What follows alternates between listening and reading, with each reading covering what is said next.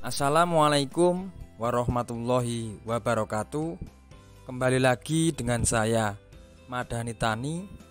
Apa yang ingin saya informasikan tentang video ini yaitu perawatan tanaman cabai ketika sudah berbuah untuk mencegah patek maupun serangan lainnya.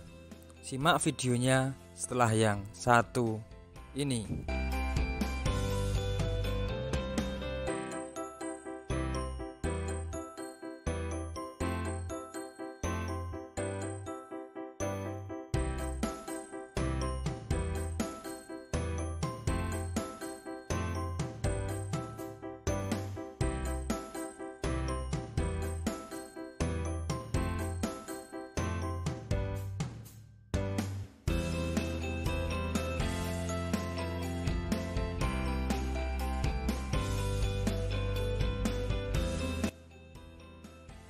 Baik sahabat petani semua, di depan kita sudah melihat kondisi tanaman tersebut.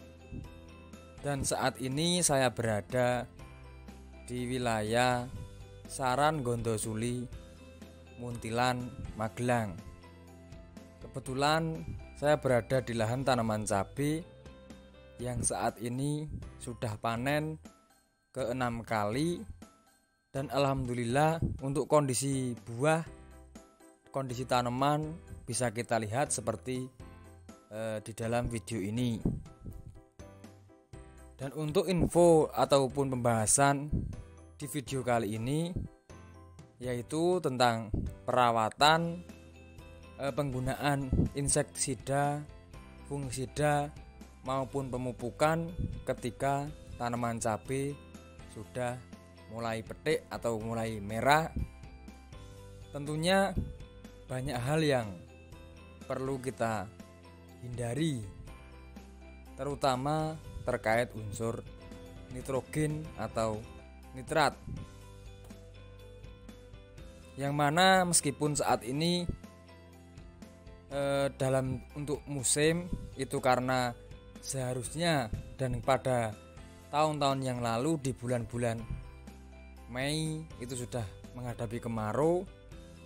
Namun yang terjadi masih banyak curah hujan, sehingga sangat rentan atau sangat riskan untuk tanaman cabai rawit yang terjadi serangan patek, layu maupun busuk batang. Untuk perawatan tanaman tersebut dan penanamannya ini menggunakan jarak 50 cm kali 40 cm dengan luas bedengan sekitar 70 cm. Dan untuk sedikit hal yang perlu dicermati ketika tanaman sudah berbuah, gulma atau rumput yang ada di sekitar bedengan itu usahakan jangan dibeserik, jangan dibersihkan, karena bisa menjadikan resiko perakaran putus yang mana bisa menyebabkan tanaman terganggu dan berdampak layu. Jadi itu salah satu bentuk pencegahan, mencegah tentang layu. Dan untuk kondisi buah bisa kita lihat alhamdulillah meskipun kondisinya sudah merah-merah seperti ini, namun untuk serangan patek atau antraknose itu bisa dibilang masih aman. Untuk penyemprotan sesuai informasi yang saya ulas, yang saya tanyakan kepada petaninya tersebut, menggunakan fungisida bermerek Tandem dengan bermerek Mancozeb, yaitu untuk Tandem itu berbahan kontak sistemik dan untuk Mancozeb itu berbahan kontak yang cenderung kandungan bawaannya hangat karena berbahan Mancozeb. Mungkin di pasaran itu sudah umum.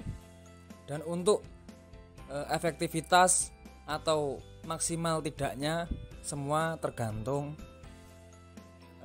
tepat sasaran, tepat waktu, dan tepat dosis. Karena kita mau menggunakan obat apapun, kalau kita dalam pengaplikasiannya kurang tepat, memang terkadang kurang bisa maksimal. Dan untuk perawatan pada tanaman ini dilakukan penyemprotan dalam tempo waktu 3 hari sekali secara rutin. Ketika sudah muncul buah yang sudah terkena gejala patek, usahakan buah yang sudah tergejala tersebut dibersihkan supaya tidak merembet atau merambah ke buah yang masih aman.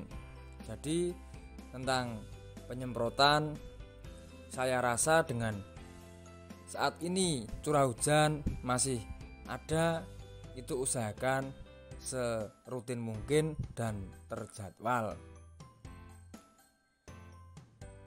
Lalu untuk pemupukan itu memang saran saya dikurangi pupuk unsur yang bersifat nitrat atau nitrogen,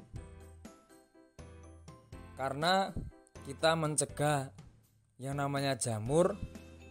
Namun bila kita masih memberikan unsur nitrat atau nitrogen, memang terkadang juga bisa dibilang sia-sia, karena yang menyebabkan jamur itu adalah keasaman. Keasaman itu ada atau keasaman itu terjadi karena unsur nitrat. Dan air hujan itu yang saya tahu mengandung unsur nitrat. Dengan sudah ada air hujan, maka kita tidak perlu memberikan unsur nitrat pada tanaman kita. Untuk contoh unsur nitrat yang ada di dalam pupuk mungkin bisa dibaca sebelum kita menggunakan pupuk yang akan kita berikan.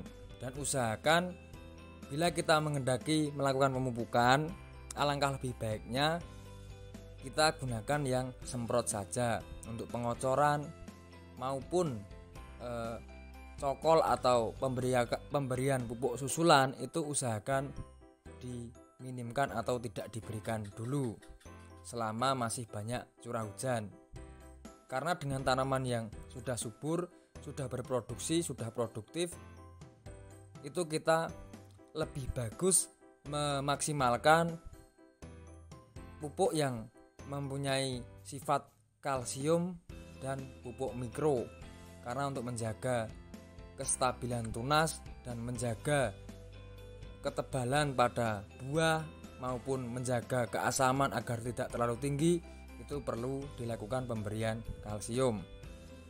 Dan ngomong-ngomong tentang varietas, ini menggunakan varietas cabai Poniron dari Habanero, yang mana saya beberapa kali mereview tanaman tersebut, dan ini adalah hasil dari benih tersebut. Jadi kondisi tanaman seperti ini, pembuahannya juga seperti ini. Dan untuk benih Habanero itu juga yang saya tahu juga sudah terbukti. Bila sahabat petani semua ingin menanam benih tersebut, bisa hubungi nomor WA saya, akan saya cantumkan di dalam deskripsi dan di video ini.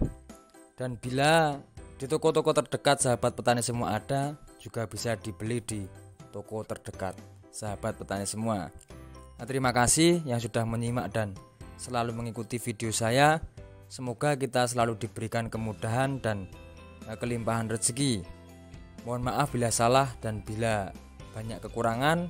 Wassalamualaikum warahmatullahi wabarakatuh.